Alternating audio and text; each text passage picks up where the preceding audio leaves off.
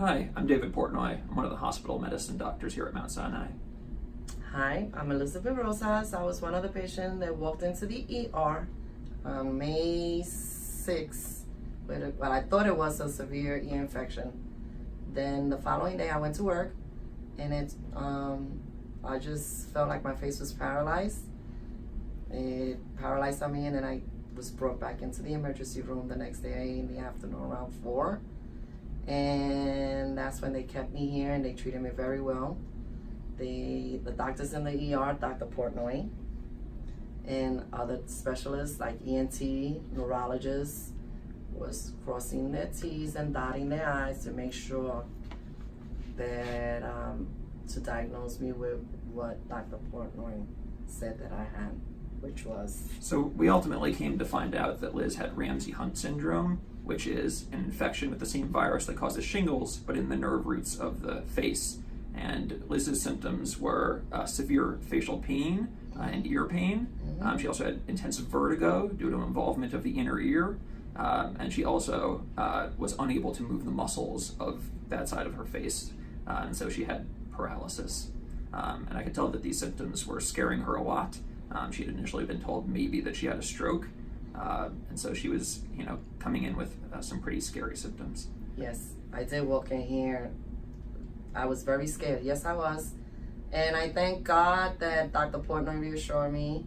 He diagnosed me correctly, treated me, and I was, talk about the vertigo. Oh, it was very hard for me to even get off my bed and do the everyday things that we take for granted. It was a challenge for me, and it still is, because I'm still in recovery.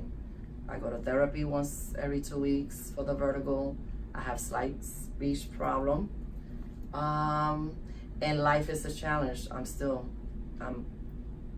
having difficulty in certain things.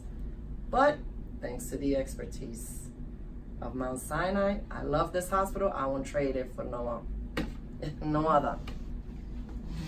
I think Liz has made tremendous progress from when I last saw her months ago. She's regained a lot of muscle function on the left side of her face. She reports to me that the pain is greatly improved, and her vertigo has progressed as well, to the point that she's able to walk unassisted. Yes. I think when I first saw her, my philosophy of care is that a patient with knowledge who's being given the medical knowledge is an empowered patient. And so when she, asked me what was happening, I set about researching the prognosis for Ramsay-Hunt for her, because that was not something that I was familiar with offhand immediately. But I got that knowledge for her, and was able to provide some reassurance that the correct treatment had been initiated promptly, and that was her best chance for making good recovery. And it seems that has played out. Another thing that I loved from here, that although he was my medical doctor's upstairs, when he discharged me, when I went home, he reassured me that when I went home, any question I needed to ask to call him, that he'll answer. He'll call me back, and that he did. He made me feel very comfortable, and it gave me like hope for recovery. It did. So this is why I thank Mount Sinai's doctors for having the greatest in here. Yeah, in our division, we try to provide ongoing care after the patient is discharged to make sure that the transition of care across the inpatient to outpatient setting is seamless.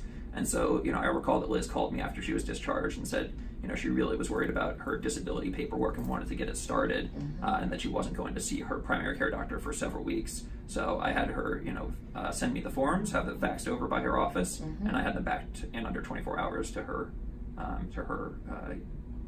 workplace.